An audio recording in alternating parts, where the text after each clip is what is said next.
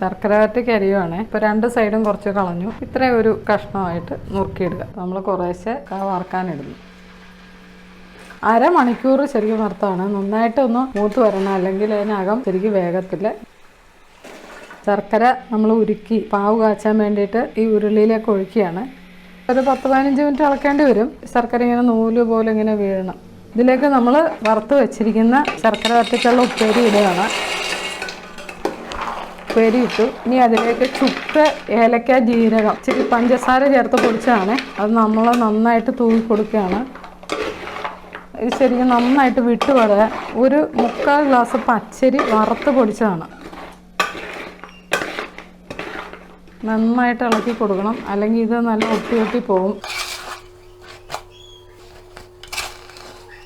ശർക്കര വരട്ടി ഇത് ഇളക്കി നന്നായിട്ട് അതിൻ്റെ വിട്ട് വന്നിട്ടുണ്ട്.